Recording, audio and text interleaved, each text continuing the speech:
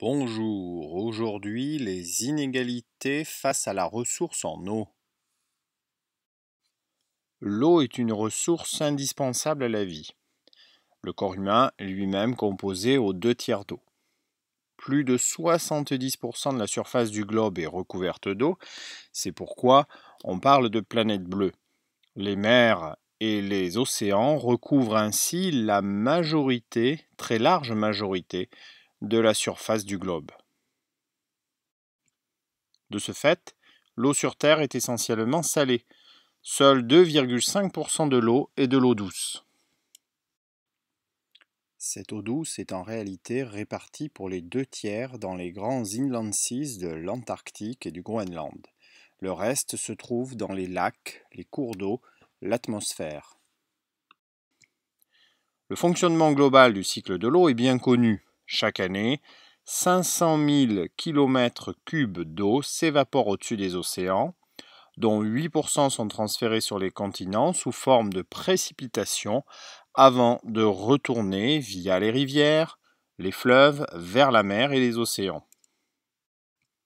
Ces précipitations sont réparties de manière très inégale. Les régions les plus arrosées se situent principalement dans les zones équatoriales, sur les façades orientales des continents, entre 20 et 40 degrés de latitude, et sur les façades occidentales, entre 40 et 60 degrés. Le relief entraîne aussi des différences, ainsi les massifs montagneux sont généralement très arrosés. Au contraire, les zones tropicales sont généralement moins arrosées. À cela, il faut ajouter les aquifères, qui sont des formations perméables où s'accumule l'eau. Les aquifères sont extrêmement peu renouvelables. Ces aquifères sont répartis sur l'ensemble de la planète, mais certains ont un rechargement très faible, comme celui du Sahara ou du sud-ouest américain. D'autres ont une recharge importante, comme par exemple le bassin du Congo ou encore la zone amazonienne. Au final, les ressources en eau sont très inégalement réparties.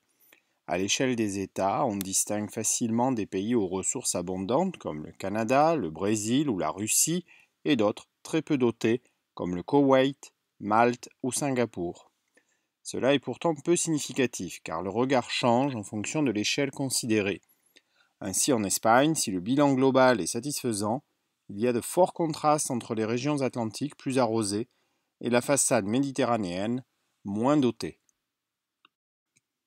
À l'échelle du temps, il y a aussi des variations importantes car les moyennes annuelles n'ont qu'une valeur indicative. Ainsi, le Sénégal voit sa ressource en eau varier très fortement entre les saisons, entre la saison sèche et la saison des pluies. Si les facteurs naturels créent des différences, il est important de comprendre que c'est la capacité à mobiliser les ressources qui prime. Ainsi, certains pays très pauvres en eau, comme Israël ou Malte, réussissent à apporter de l'eau à toute leur population, alors que d'autres, qui disposent pourtant de ressources très abondantes, comme la République démocratique du Congo ou le Mozambique, sont dans des situations très difficiles.